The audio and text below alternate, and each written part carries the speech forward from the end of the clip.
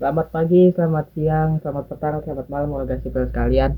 Kembali lagi bersama saya Pramudia Dharma. Pada kesempatan kali ini saya akan membahas suatu hal yang menimpa kebudayaan Indonesia dengan judul Budaya Indonesia di Ambang Kepunahan. Apabila kita membahas soal budaya khas Indonesia, tidak akan ada habisnya. Indonesia terdiri atas 1.340 suku yang menempati lebih dari 17.000 pulau yang berada dalam wilayah seluas 5,18 km persegi ini. Menurut BPS atau Badan Pusat Statistik, penduduk Indonesia terdiri atas 2.807,7 juta jiwa. Namun mayoritas di antara mereka tidak mengenal dengan baik berbagai budaya daerah atau bahkan tidak mengenal budaya mereka sendiri. Hal tersebut tentu menjadi ancaman besar bagi keutuhan negara dengan julukan Zamrud Khatulistiwa ini. Namun, lalu apa saja faktor yang membuat budaya Indonesia berada di ambang kritis? Akan kita awali dengan faktor paling penting, paling utama, paling berefek besar, yaitu globalisasi. Globalisasi adalah proses integrasi internasional yang terjadi karena pertukaran pandangan dunia, produk, pemikiran, teknologi, dan aspek kebudayaan lainnya. Dengan adanya globalisasi, seakan-akan tidak akan ada yang namanya batas negara. Semua orang punya akses untuk mengetahui budaya negara lain. Masalahnya adalah apabila budaya asing masuk secara besar-besaran tanpa adanya sikap dan pemikiran kritis dari penduduk lokal, maka budaya khas yang dimiliki lama-kelamaan akan hilang. Simpelnya, budaya khas dianggap sudah basi oleh penduduk sendiri, tergantikan oleh budaya asing yang lebih enak, lebih menarik, dan lebih gaul. Indonesia sudah terbukti peristiwa ini terjadi. Tidak percaya? Contohnya, drama cerita rakyat dan sebagainya tergantikan oleh drakor, dracin, hingga Hollywood. Lagu-lagu khas daerah tergantikan oleh lagu-lagu K-pop sampai lagu barat. Standar kehidupan normal yang sebelumnya berpatokan pada persatuan, keharmonisan, gotong royong, dan sebagainya tergantikan oleh standar-standar stupid, bodoh, dan aneh yang menciptakan perpecahan hingga ketimpangan berbagai hal. Contohnya apa? Contohnya adalah standar TikTok. Sebenarnya masih banyak contoh-contoh nyata lainnya yang memang terlihat dan bahkan tidak terlihat. Namun untuk sekarang itu saja. Biar apa? Biar durasinya tidak kepanjangan. Selesai? Sudah selesai? Belum tentu. Ada akibat, pasti ada sebab. Selain globalisasi, penyebab mengapa budaya Indonesia berada di ambang krisis ada di sekitar kita. Kita setiap hari lihat, mendengar, mencerna semuanya. Ya, sebab itu adalah diri kita sendiri. Kita semuanya. Why? Coba tanya ke teman-teman kalian. Mereka tahu pacu jalur? Tahu pacu jalur sejak kapan? Sebelum video tren pacu jalur ngehits, tahu nggak budaya pacu jalur itu apa? Kayak gimana dan dari mana?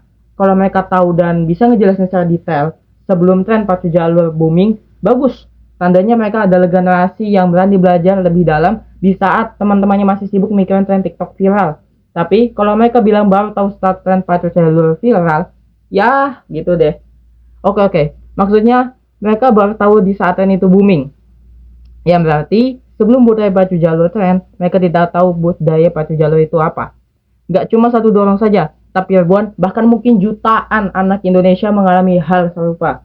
Ini menunjukkan betapa rendahnya nilai kemandirian anak-anak Indonesia dalam mempelajari sesuatu. Dari yang telah saya amati, anak-anak Indonesia tuh, khususnya Gen Z kelahiran 2008-2009, atau enggak rentang umur 14-16 tahun, mereka sering megang HP. But you know guys, lumayan jarang saya melihat murid-murid yang dibilang gak terlalu top soal pelajaran, jarang nyari informasi yang tak diajarkan di sekolah. Salah satunya ya, budaya daerah. Mereka itu sebenarnya memiliki rasa keingintahuan yang tinggi, but laziness is more deadly than stupidity. Sebenarnya nggak salah Gen Z itu dijuluki kaum mageran, tapi nggak semua Gen Z sebesar gitu. Masih banyak di luar sana anak-anak yang punya pengetahuan pelajaran di luar sekolah yang tidak terlihat. Oke, faktor globalisasi sudah, faktor remaja sudah, saatnya kita masuk ke faktor pemerintah. Which is, siapa sih yang belum tahu kalau upaya perlindungan tentang kebudayaan daerah itu tugas utama pemerintah? Sesuai dengan mandat Undang-Undang Dasar 1945 Pasal 32 Ayat 1 yang berbunyi, negara memajukan kebudayaan nasional Indonesia di tengah peradaban dunia dengan menjamin kebebasan masyarakat dalam memelihara dan mengembangkan nilai-nilai budayanya, yang kemudian diperjelas dan dirinci melalui Undang-Undang Nomor 5 tentang Kemajuan Kebudayaan Pasal 16 sampai 21 yang berbunyi, pemerintah wajib melakukan inventarisasi atau pencatatan, pengamanan, penyelamatan, dan publikasi terhadap objek pemajuan kebudayaan atau OPK agar tidak punah atau diklaim pihak asing. Namun, apakah dengan undang-undang saja sudah cukup? Tentu saja tidak. Kenapa? Karena undang-undang hanyalah tulisan yang hanya ampuh ketika digerakkan oleh para penegak hukum. Bukti, baliho segede gaban tentang larangan membuang sampah saja nggak dipeduliin, apalagi ini undang-undang yang membuat masyarakat kurang tahu seutuhnya. So, bagaimana langkah nyata yang seharusnya dilakukan pemerintah dalam mengatasi persoalan ini? Tentu dengan program-program aksi nyata yang dibungkus secara menarik, sehingga masyarakat mau melakukannya secara sukarela dan gembira secara konsisten. Cara ini cukup efektif, terutama saat mengenalkan budaya daerah yang kurang dikenal masyarakat luas. Apabila pemerintah berhasil melakukannya, maka persentase perkiraan kebudayaan daerah punah akan sangat berkurang. Jadi, apakah permasalahan ini sudah selesai? Apakah kebudayaan daerah akan terjaga kelestariannya? Tentu saja belum. Pihak yang memiliki peran paling krusial dalam menjaga kelestarian budaya Indonesia adalah masyarakat itu sendiri. Kenapa? Masyarakat Indonesia itu banyak, ratusan juta jiwa, dan tiap kelompok punya budayanya sendiri. Apabila ada satu kelompok saja yang meninggalkan kebudayaan aslinya, kelompok lain akan ikut-ikutan karena berbagai faktor, entah karena menganggap budaya tersebut sudah terlalu jadul, bosan dengan budaya tersebut, atau bahkan sudah malas melestarikannya. Tentu kita harus prihatin karena hal tersebut. Sebagai generasi yang diangan-angan akan menjadi generasi emas 2045, selain menjadikan Indonesia negara maju, budaya khas Nusantara juga turut dimajukan. Jangan sampai kearifan lokal yang telah dipertahankan selama ribuan tahun oleh leluhur kita lenyap begitu saja. Budaya adalah cerminan dan tanda pengenal suatu daerah.